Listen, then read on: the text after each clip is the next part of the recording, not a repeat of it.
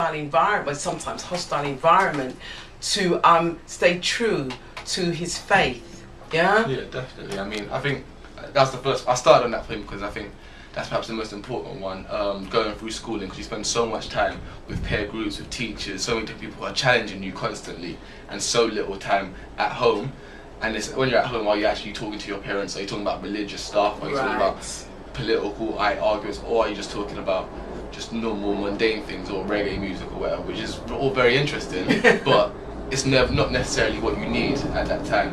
When you come home from school, your parents should definitely be making sure whatever teacher's saying to them about their religion, about their beliefs, whatever, you better sitting down with them, understanding what the teachers are arguing and saying, okay, well, this is our counter argument for that.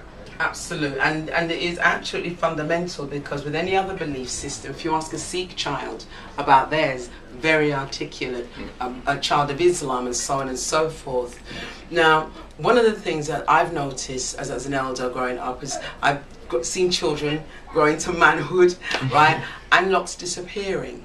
All right, now don't get me wrong, because I don't judge a child or anybody whether they have their natter in their head or not, because it's how you live your life. Yeah. But, and of course I'm not going to say you're speaking for the whole generation, but why do you think some are now cutting and maybe turning to other belief systems, or just becoming non-believers? I mean, when I was younger, it was more of a pressure induced, more of a, why do you have your dreads? People constantly asking, why do you grow your hair like that? People girls will come to you, you look better if you had shorter hair, sort of thing. And you had that all the time, that sort of pressure. I think nowadays, dreads have become repopularized again. There's a lot of people who aren't Rastas wearing dreads, and loads of people are starting to wear it again. So I think that problem won't be as big as it was. But I think it's also about progression, and it's about, I don't know, getting answers that you want. Sometimes from some of the older Rastas, not all of them, there's only a select minority. When you ask them a question, there's two problems. Either they don't know the answer, and they try and give you one anyway, which leads you into, rather than them saying, I don't exactly understand, or I don't exactly know the answer to that question, but here's my opinion. They give you their opinion as a fact, and then that will run you into problems later down the road.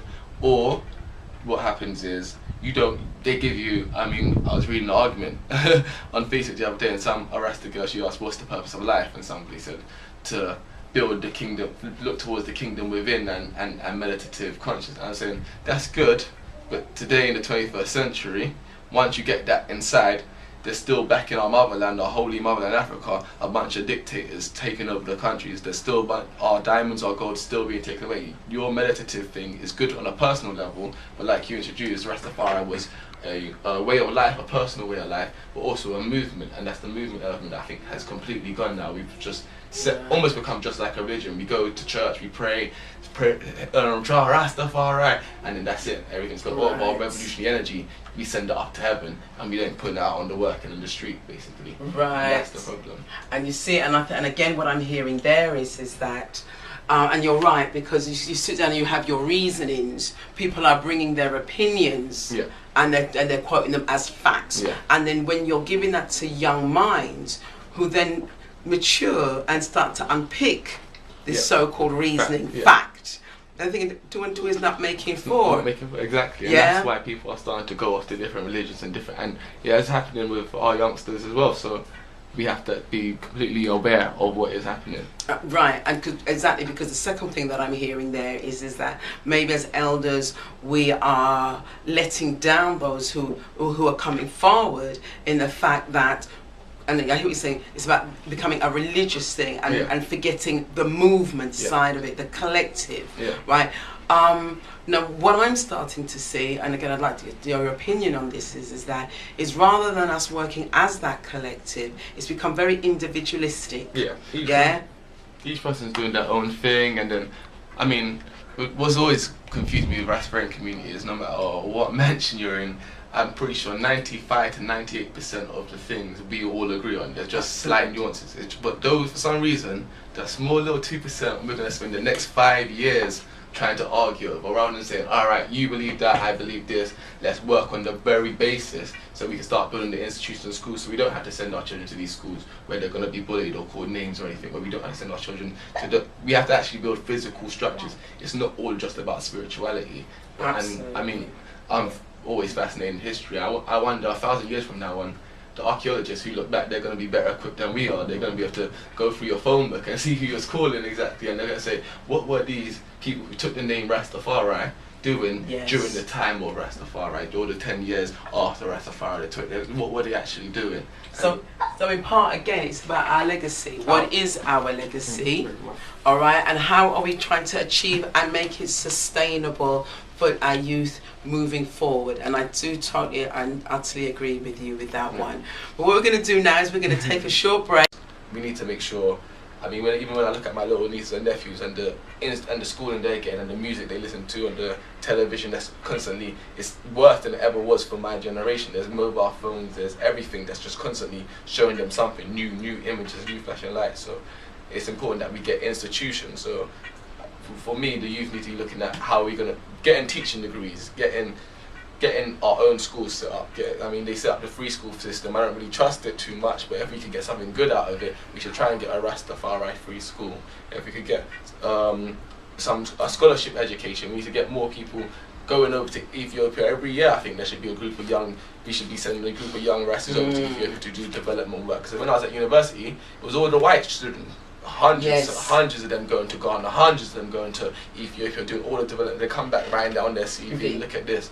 And all the black children in the African Caribbean Society at my university just wanted to we done a fashion show. Right. We done a African fashion show though. We put a dashiki on it and it's okay. And then it was, the rest of it was just a party. And it wasn't even carnival parties or anything that was anything. It was just the same range you'll see anywhere else. And that in a way is that double-edged sword, because you're right, because the youth of now have got access to the universities, which may be for some of us before. I'm not saying that we don't have educated us with PhDs, MAs and whatever within the 40s, 50s and 60s, because yes we do, but percentage wise we have more coming through now. So we have what would, if you want to put a label on it, the intellectual Rasta. Yeah, and you're absolutely right, because when they need to go say to apply to fill in the forms for a free school, we've got the academics who can do that, we've got those who are the teachers and that, and I think it goes back to what you said before, my youth, what we're missing is the collective, right? We're becoming very individualistic, so we're going through, all right, and it really did hurt my heart, even though I laughed when you said, you know, you've got all the Caucasians running off to Africa to do, and even if they're going there to do good, they're making sure their CV looking good. And what did we do? We're still in the party. Of course, that's it. And that is a sad thing that I think it's great that, you know, we know how to party. I think it's brilliant, but that's not just the only thing we know. And that's just not the only thing we should be passing on. Absolutely. And we should be passing on this spirited adventure for our children to want to go and see, you know, find out, discover Africa, just like the Caucasian youth them. Take their year out, go and travel. As long as you all come back safe. That's the only thing, okay? Of course. But it's phenomenal that, like Culture said as well, that we have use of university now more than ever, use of the internet. There's so much knowledge, and yet still, you know, as a people, we still seem to be kind of stuck on this roundabout of pleasure, you know, immediate gratification. Yeah, nothing to do with keeping and fostering knowledge. You know, the majority of us, we're on a pleasure boat, okay, and that's all we're interested in. And that's another thing that I want to say. Not all. There's a very minority of even young Rastafarians now, and people who are new to Rastafari, and some people are old to Rastafari as well, who are sort of Rastafari, we always say, it's a way of life, not a religion. Some people come in too often and take loose frames towards their lifestyles and they're trying to justify it by Rastafari, basically. It's not anything to everyone. It is a specific way of life, you know. And we have to define it for ourselves still, because far too often I'm seeing, I don't want to start no race, but I'm seeing a lot of these white Rastafarians coming on but trying to incorporate a hippie thing into it. You have others coming on trying to incorporate different, so I'm sort of like, no, hold on a second. If you're a hippie, you're a hippie. if you're a Rasta, you're a Rasta. You have to don't try and bring all this stuff together. And it's not just the white Rastas that are doing it. There are some black Rastas who they watch an Afro Crazy DVD. They learn a bit about ancient Egypt, and they decide, oh, let's throw all this Egyptology into it. And it's not all to be thrown into it. It's good to learn from, but we can't call this Rasta as well. It's not just a brand they could do. Oh, yeah, absolutely right. Because what other belief systems? You couldn't go to Islam and say, oh, we're going to add a little bit of this into it, thank you very much. Or we're going to add a little bit into the Jewish system or whatever else. And that is why, for me, as Rastafari, we need to be very clear what it stands for. And when we see it being bastardized, as you've quite, and I love that phrase that you use. I don't think it was picked up by the mic. When people pick and choose what they want, you had a phrase for it?